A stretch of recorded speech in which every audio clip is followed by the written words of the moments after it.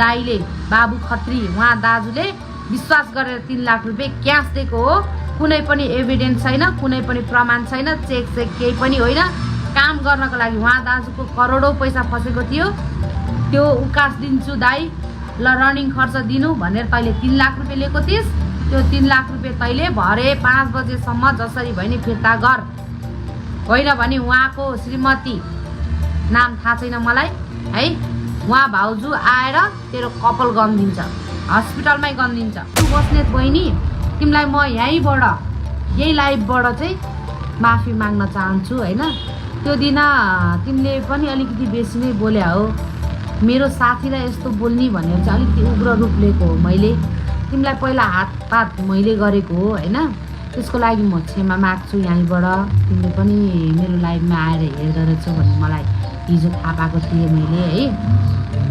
अब त्यसको लागि नै हो मैले तिमीलाई 2-4 झापड हिर्काएँ होइन।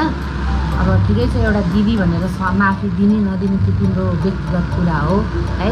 भोलिको दिनमा इगो राखेर ठिकै छ यो शर्मिला श्रेष्ठलाई म नि यस्तो गर्छु उस्तो गर्छु भन्छौ भने ठिकै छ, केही छैन, आएर 2 झापड हिर्काऊ, हात बाँधेर बस्छु म, केही छैन।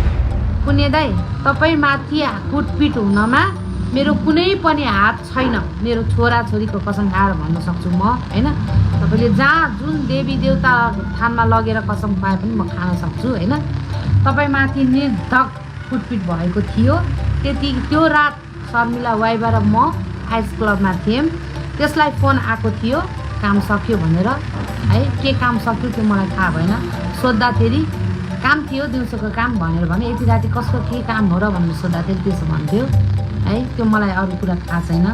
ठिकै छ, अब तपाईँलाई कुट्ने मान्छेहरू त आजीवन गइसके जेल जान त होइन।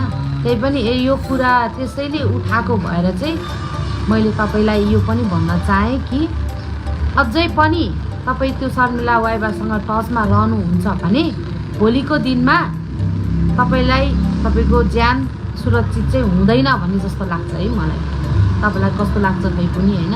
यस्तो गेम खेल्छ त्यसले होइन, यस्तो गेम खेल्छ भनिहाल्यो नि। अब यो कुराबाट चाहिँ त्यसले चाहिँ गरिरहेको छ मलाई अब फसाउनको लागि है।